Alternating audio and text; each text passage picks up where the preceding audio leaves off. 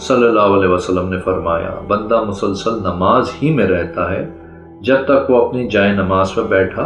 نماز کا انتظار کرتا رہتا ہے، فرشتے اس کے لیے دعا کرتے ہیں اے اللہ اسے معاف۔ حضرت ابن عمر رضی اللہ تعالیٰ عنہ بیان کرتے ہیں کہ مسلمان جب مدینہ منورہ آئے تو وہ یوں ہی جمع ہو جاتے تو نماز کے لیے ایک وقت مقرر کر لیتے، انہیں کوئی بلاتا نہیں تھا۔ پھر ایک دن انہوں نے اس سلسلے میں بات چیت کی تو ان میں سے بعض افراد نے کہا عیسائیوں کے گھنٹے جیسا گھنٹہ بنا لو، جبکہ بعض نے کہا یہودیوں کے نرسنگے جیسا نرسنگا بنا لو۔ حضرت عمر رضی اللہ تعالیٰ عنہ نے کہا کہ تم ایک آدمی کو کیوں نہیں بھیجتے جو نماز کا اعلان کرے؟ تو رسول اللہ صلی اللہ علیہ وسلم نے فرمایا اے بلال اٹھو نماز کے لیے اعلان کرو۔ ایک اور حدیث ہے، حضرت ابن عمر رضی اللہ تعالیٰ عنہ سے روایت ہے کہ بلال رضی اللہ تعالیٰ عنہ شروع میں اذان ان کلمات کے ساتھ کہتے اشہد ان لا الہ الا اللہ، میں گواہی دیتا ہوں کہ اللہ کے سوائے کوئی حقیقی معبود نہیں ہے، حی علی الصلاۃ، نماز کے لیے آؤ۔ تو حضرت عمر رضی اللہ تعالیٰ عنہ نے کہا اشہد ان لا الہ الا اللہ کے بعد اشہد ان محمد رسول اللہ، میں گواہی دیتا ہوں کہ محمد اللہ کے رسول ہیں، کہا کرو۔ تو رسول اللہ صلی اللہ علیہ وسلم نے فرمایا اسی طرح کہا کرو جیسے تمہیں عمر حکم دے رہے ہیں۔ حضرت عبداللہ بن زید رضی اللہ تعالیٰ عنہ سے روایت ہے کہ وہ کہتے ہیں جب ہم نے صبح کی تو ہم رسول اللہ صلی اللہ علیہ وسلم کی خدمت میں حاضر ہوئے، میں نے آپ صلی اللہ علیہ وسلم کو اذان کے متعلق خواب بیان کیا تو آپ صلی اللہ علیہ وسلم نے فرمایا بے شک یہ سچا خواب ہے، بلال کے ساتھ کھڑے ہو جاؤ کیونکہ وہ تم سے بلند آواز ہیں، اسے وہ کلمات بتاؤ جو تمہیں خواب میں بتائے گئے ہیں اور وہ اس کے ساتھ اذان کہتے ہیں۔ تو میں نے آپ صلی اللہ علیہ وسلم کے حکم کی تعمیل کی۔ پھر جب حضرت عمر بن خطاب رضی اللہ تعالیٰ عنہ نے حضرت بلال رضی اللہ تعالیٰ عنہ کی نماز کے لیے اذان سنی تو اپنی چادر گھسیٹتے ہوئے رسول اللہ صلی اللہ علیہ وسلم کی طرف نکلے اور کہنے لگے اے اللہ کے رسول، اس ذات اقدس کی قسم جس نے آپ کو حق کے ساتھ معبوس فرمایا ہے، یقیناً میں نے اسی طرح دیکھا جیسے انہوں نے پکارا۔ تو رسول اللہ صلی اللہ علیہ وسلم نے فرمایا بس سب تعریفیں اللہ کے لیے ہی ہیں۔ ایک اور حدیث ہے، امام ابو بکر رحمۃ اللہ علیہ کہتے ہیں حضرت ابن عمر رضی اللہ تعالیٰ عنہ کی روایت میں ہے تو رسول اللہ صلی اللہ علیہ وسلم نے فرمایا اے بلال کھڑے ہو جاؤ اور نماز کے لیے اذان کرو۔ امام ابو بکر کہتے ہیں حضرت عبداللہ بن زید رضی اللہ تعالیٰ عنہ کی روایت ہے کہ رسول اللہ صلی اللہ علیہ وسلم جب مدینہ منورہ تشریف لائے تو لوگ آپ صلی اللہ علیہ وسلم کے پاس نماز کے لیے ان کے اوقات میں بغیر اذان کے جمع ہو جاتے تھے۔ ایک اور حدیث ہے، حضرت انس رضی اللہ تعالیٰ عنہ بیان کرتے ہیں کہ حضرت بلال رضی اللہ تعالیٰ عنہ کو حکم دیا گیا تھا کہ وہ اذان کی کلمات 2 بار اور اقامت کے 1 بار کہیں۔ ایک اور حدیث ہے، حضرت انس رضی اللہ تعالیٰ عنہ بیان کرتے ہیں کہ جب مسلمان لوگ زیادہ ہو گئے تو انہوں نے تذکرہ کیا کہ کوئی ایسی معروف چیز ہونی چاہیے جس سے وہ نماز کا وقت معلوم کر سکیں اور نماز کے لیے جمع ہو سکیں۔ تو انہوں نے تذکرہ کیا کہ وہ آگ جلا لیا کریں یا وہ گھنٹہ بجا لیا کریں۔ تو حضرت بلال رضی اللہ تعالیٰ عنہ کو حکم دیا گیا کہ وہ اذان کے کلمات 2 مرتبہ اور تکبیرات کے کلمات 1 بار کہیں۔ ایک اور حدیث ہے، حضرت انس بن مالک رضی اللہ تعالیٰ عنہ بیان کرتے ہیں کہ رسول اللہ صلی اللہ علیہ وسلم کے عہد مبارک میں جب نماز کا وقت ہو جاتا تو ایک شخص راستے پہ چلتے ہوئے نماز نماز نماز پکارتا تو یہ چیز لوگوں پہ گراں گزرتی۔ تو انہوں نے کہا اے اللہ کے رسول صلی اللہ علیہ وسلم، اگر ہم گھنٹہ بجانا شروع کر دیں تو بہتر ہوگا۔ آپ صلی اللہ علیہ وسلم نے فرمایا یہ تو عیسائیوں کا شعار ہے۔ انہوں نے عرض کی اگر ہم بگل بجانا شروع کر دیں تو یہ بھی ٹھیک ہے۔ آپ صلی اللہ علیہ وسلم نے فرمایا یہ تو یہودیوں کا شعار ہے۔ کہتے ہیں حضرت بلال رضی اللہ تعالیٰ عنہ کو حکم دیا گیا کہ اذان کی کلمات دوہرے اور تکبیرات کی کلمات اکھرے کہے جائیں۔ ایک اور حدیث ہے، جناب محمد بن اسحاق رحمۃ اللہ علیہ بیان کرتے ہیں کہ رسول اللہ صلی اللہ علیہ وسلم جب مدینہ منورہ تشریف لائے تو لوگ بغیر اذان کے نماز کے اوقات میں آپ صلی اللہ علیہ وسلم کے پاس جمع ہو جاتے۔ پھر رسول اللہ صلی اللہ علیہ وسلم نے یہودیوں کے بغل جس میں وہ اپنی نمازوں کے لیے بلاتے ہیں کی طرح کا بغل بنانے کا ارادہ کیا۔ پھر آپ صلی اللہ علیہ وسلم نے اسے ناپسندیدہ کیا۔ پھر آپ صلی اللہ علیہ وسلم نے گھنٹا بنانے کا حکم دیا تو وہ تراش دیا گیا تاکہ مسلمانوں کو نماز کے لیے بلانے کے لیے بجایا جائے۔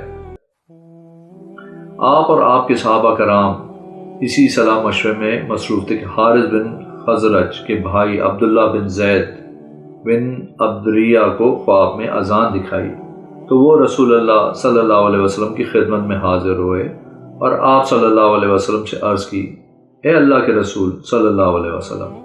آج رات میں نے ایک شخص کو خواب میں دیکھا، وہ آدمی میرے پاس سے گزرا، اس پر 2 سبز کپڑے تھے اور وہ ہاتھ میں گھنٹا اٹھائے ہوئے تھا۔